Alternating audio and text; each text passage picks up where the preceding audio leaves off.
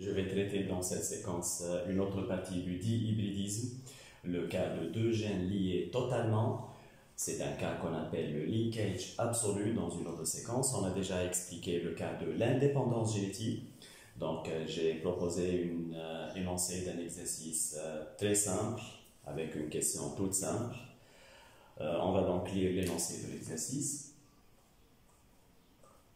Donc, dans l'espoir d'obtenir une race de lapins à pelage angora, ça veut dire avec des poils longs, et panachés, un éleveur croise des lapins à pelage angora et sambre avec des lapins à pelage court et panachés. Donc, essayez de bien comprendre l'énoncé de l'exercice. Qu'est-ce que ça veut dire dans l'espoir d'obtenir? Ça veut dire que cet éleveur ne possède pas encore cette race, il cherche à obtenir une race à pelage angora et panaché. Donc, il souhaite produire cette race. Qu'est-ce qu'il va faire donc? Il va croiser les races qu'il possède déjà. Qu'est-ce qu'il possède? Un éleveur croise des lapins à pelage angora et sambre avec des lapins à pelage court et panaché. Donc, si vous lisez attentivement l'énoncé de l'exercice et que vous comparez ce qu'il veut obtenir par rapport à ce qu'il possède déjà, vous allez comprendre que cet éleveur cherche à recombiner les races qu'il possède. Qu'est-ce que ça veut dire recombiner? Observez bien ce qu'il cherche à obtenir dans la nouvelle race. Pelage angora, ça vient de l'une des races qu'il possède déjà, alors que la couleur panachée vient plutôt de l'autre race. Donc, il va essayer un peu de brasser les phénotypes des races qu'il possède. Il va essayer de mélanger, ça veut dire recombiner les races qu'il possède, les races parentales, pour obtenir cette nouvelle race qu'on peut qualifier de recombinée. Il obtient en F1 des lapins 100%. On va utiliser ce 100% dans la rédaction de l'hypothèse. À pelage court et panaché. Est-ce qu'il a obtenu ce qu'il cherche? Il cherche angora et panaché. Il a obtenu court et panaché. Donc, ce premier croisement a échoué, n'a pas abouti à la race qu'il cherche. Donc, qu'est-ce qu'il va faire? Puis, en F2, ça veut dire qu'il va croiser les descendants F1 entre eux, donc court panaché avec court panaché. Qu'est-ce qu'il obtient dans la F2? 37 lapins à pelage angora et sambre et 107 lapins à pelage court et panaché. Comparons ces phénotypes de la F2 à ce qu'il cherche à obtenir. Donc, angora sambre, ce n'est pas ce qu'il cherche. Court panaché, ce n'est pas ce qu'il cherche. Donc, même en réalisant une F1 et une F2, cet éleveur n'arrive toujours pas à recombiner les phénotypes des races parentales qu'il possède déjà. Pourquoi est-ce qu'il n'y a pas ce phénomène de recombinaison? On va justement l'expliquer en répondant à la question et vous allez voir ce que signifie ce terme, cette expression linkage absolu. Commençons donc par la rédaction d'une hypothèse.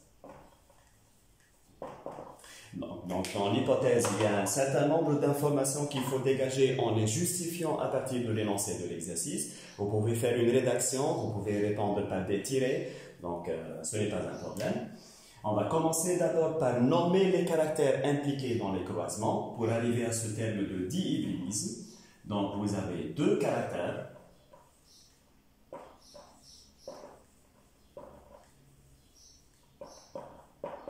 Contrôlés par deux gènes.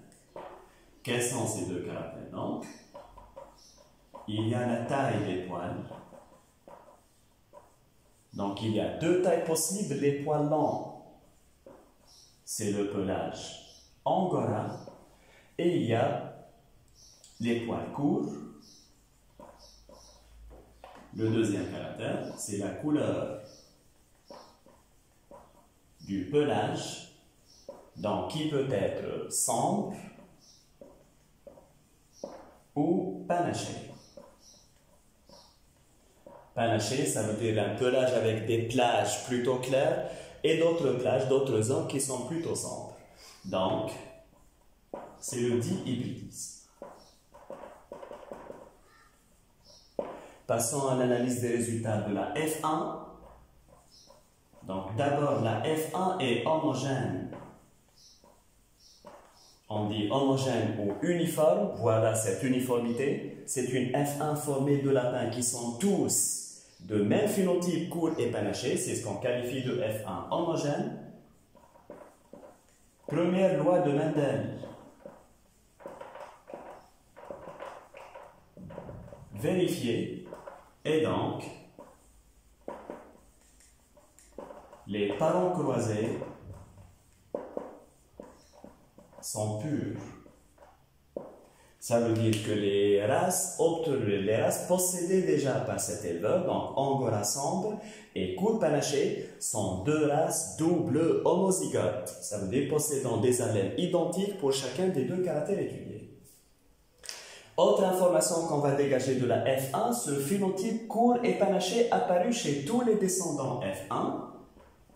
Donc le phénotype de la F1 est parental donc court, panaché. Donc pourquoi parental? Court, panaché, voilà, ce sont des phénotypes déjà observés chez l'un des parents, donc il n'y a pas de phénotype nouveau intermédiaire pour parler d'une codominance, il s'agit donc d'un cas de double dominance absolue. Donc double dominance absolue. Soit les couples d'allèles,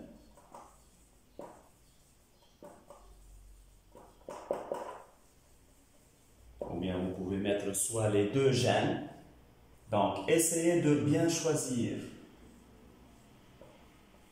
les symboles alléliques que vous allez utiliser par la suite dans l'interprétation des croisements. Donc, comment bien choisir? Court, c'est une longueur qui a dominé Angora. Donc, je répète, vous avez un parent appelage long, Angora, un parent appelage court, les descendants sont tous appelage court, donc voilà, court, c'est l'allèle dominant par rapport à Angora, qui est l'allèle récessif. Même raisonnement pour la couleur, les descendants F1 sont tous panachés, l'un des parents est panaché, l'autre est sombre, donc panaché est un allèle dominant par rapport à sombre.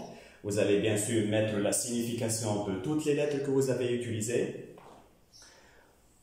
Donc, court domine Angora, panaché domine sombre. Et voilà donc une double dominance absolue. Terminons avec la F2. Donc, on va dire que les proportions obtenues en F2 rappellent celles d'un monohybridisme.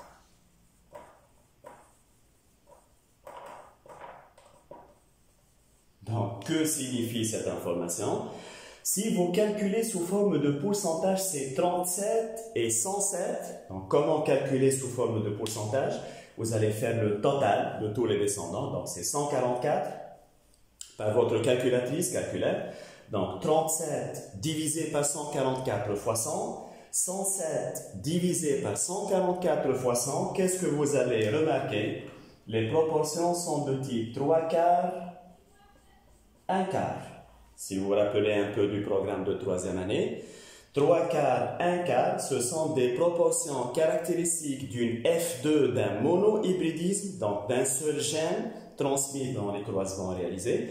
Pourquoi est-ce que c'est un dihybridisme et qu'on obtient ces deux proportions qui rappellent celles d'un monohybridisme? Eh bien, l'explication, c'est que les deux gènes sont liés totalement. Ça veut dire que sur le même chromosome, les deux gènes sont tellement rapprochés l'un de l'autre qu'ils vont toujours se transmettre ensemble comme si c'était un même gène. En d'autres paroles, dans le cas où deux gènes sont liés totalement, il n'y a pas de possibilité de recombinaison, c'est-à-dire qu'un chiasma, et on va l'expliquer tout à l'heure j'espère dans cette séquence par un schéma chromosomique, un chiasma ne peut pas passer entre les deux gènes tellement ils sont accolés l'un à l'autre.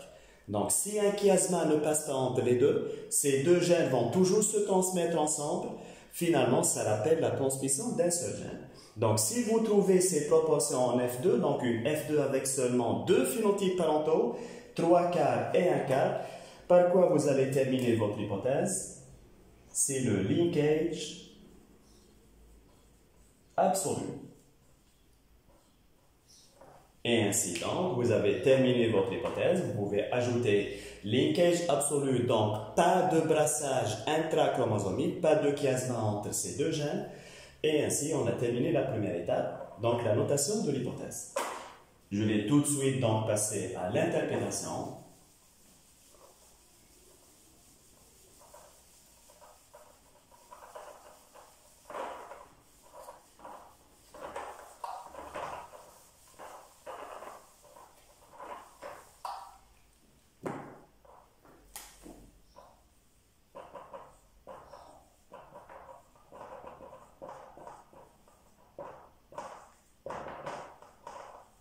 Interprétation des croisements. On va vérifier tout ce qu'on a noté dans l'hypothèse et on va justement expliquer pourquoi est-ce qu'il n'y a pas eu recombinaison pour obtenir cette fameuse race qu'il cherche à obtenir, que cet éleveur cherche à obtenir. Donc, suivez attentivement l'énoncé de l'exercice. Un éleveur croise des lapins à pelage angora et sample. On a déjà choisi des symboles alléliques, donc angora sample. Les lettres sont minuscules parce que ce sont les allèles récessifs. Essayez de mettre votre hypothèse en face des yeux pour bien noter l'interprétation, pour vous rappeler vos symboles alléliques, les relations entre les allèles, qui domine qui, et pour ne pas commettre des fautes. Un deuxième parent, donc la deuxième variété, au pelage court et panaché. On a dit dans l'hypothèse que la F1 est uniforme et que les deux parents sont purs. Il vérifie la première loi de Mendel. Donc voilà la liaison absolue d'abord. Les deux gènes sont portés par la même paire chromosomique. Les deux parents sont de race pure. Donc vous allez noter deux allèles identiques pour chacun des parents. Et voilà donc le deuxième parent. Donc, la suite est très simple. La méiose. Les parents sont purs, donc ils produisent chacun un seul type gamétique, 100%. La fécondation, donc les gamètes vont redonner par leur fusion un état diploïde, donc notez les allèles dominants au-dessus des allèles récessifs. Quel est le phénotype qui va ainsi apparaître? Donc, pelage court domine pelage angora, pelage panaché domine pelage sample, et ça sera donc une F1 uniforme, 100% à pelage court et panaché, et ça coïncide avec l'énoncé de l'exercice. À la F1, les lapins sont 100% à pelage court et panaché, voilà donc, court et panaché. On passe à la deuxième partie des croisements. Donc F1 croisé avec F1, vous allez réécrire les génotypes tels que vous les avez trouvés dans la première partie de l'interprétation. Voilà donc CPAS. Et vous allez donc dégager les gamètes produits par ces individus F1. Et là va apparaître cette notion de liaison totale ou bien linkage absolu. Eh bien, ces deux gènes ne se recombinent pas. Ça veut dire qu'à la séparation des chromosomes homologues, il n'y a pas de chiasma entre les deux. Donc, que va produire chacun des deux parents? Donc, voilà le résultat de la méiose. Donc, des gamètes portant les allèles CP et des gamètes portant les allèles AS, et ce sont donc des gamètes parentaux, c'est-à-dire des gamètes sans aucune recombinaison entre les chromosomes homologues. Même chose pour le deuxième parent. CP et AS, bien sûr, avec les proportions équiprobables. Donc, n demi pour chacun de ces deux types de gamètes. Ça rappelle fortement ce qu'on note dans le cadre d'un monohybridisme, donc avec des individus F1 hétérozygotes qui produisent aussi deux types de gamètes, mais dans cette fois-ci, c'est un dihybridisme. Il y a deux types de gamètes, mais dans chaque gamète, il y a deux gènes, donc deux allèles de chacun des deux caractères étudiés. Passons à la fécondation. Donc, c'est un échiquier tout simple qui rappelle celui du monohybridisme. Donc, CP, AS, CP, AS. Voilà donc quatre possibilités de fécondation exactement comme dans le cas d'un monohybridisme.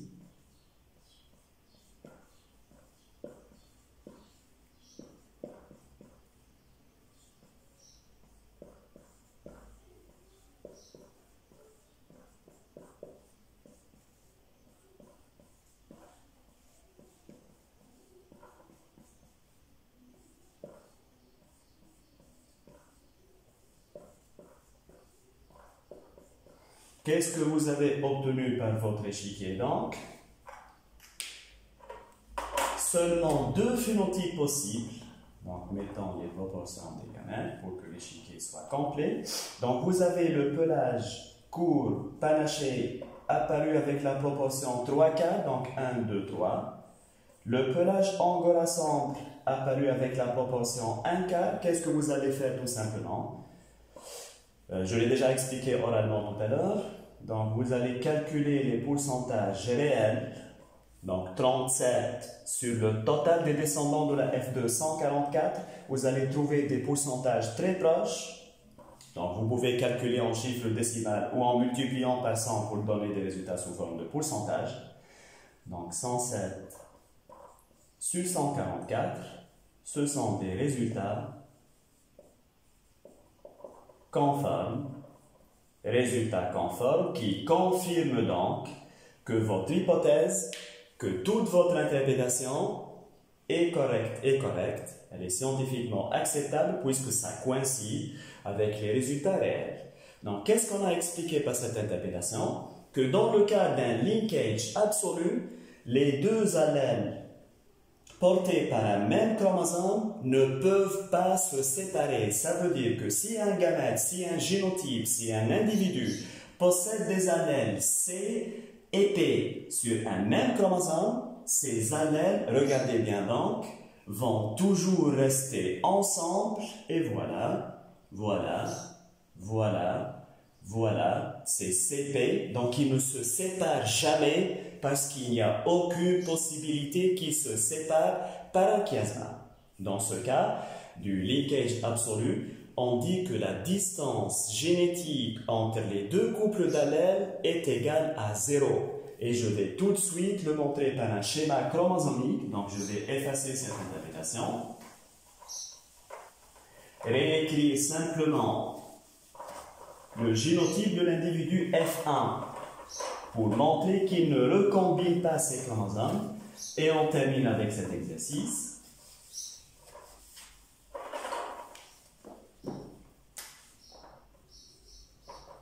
Donc, interprétation chromosomique.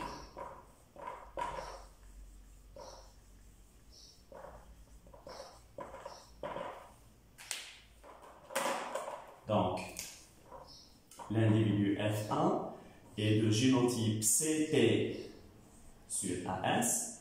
Donc, chromosomiquement,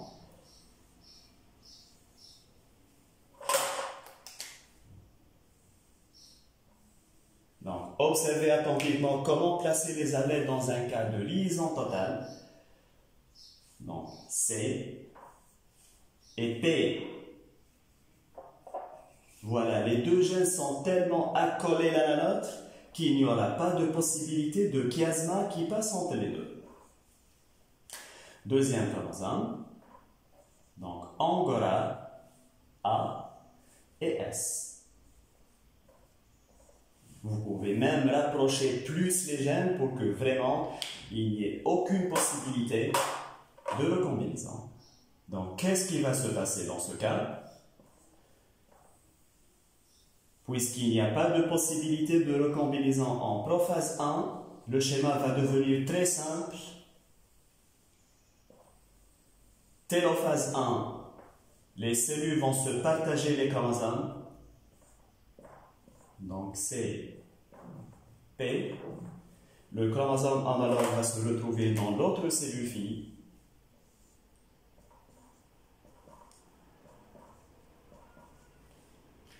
Donc, voilà la télophase 1. Et ensuite, la télophase 2.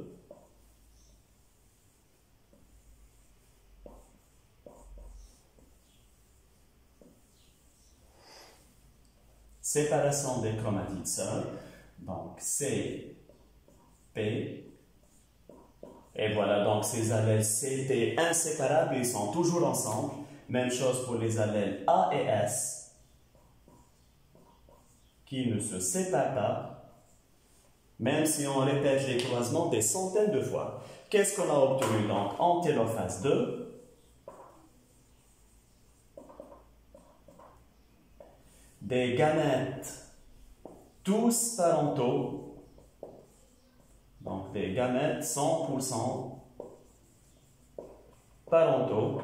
Et ce schéma explique donc qu'un descendant F1 ne peut produire qu'une moitié de gamètes CP et une moitié de gamètes AS, donc aucune possibilité de recombinaison. Voilà donc, j'espère bien avoir expliqué cette liaison totale dans une autre séquence. On va parler de la liaison partielle ou bien le linkage partiel.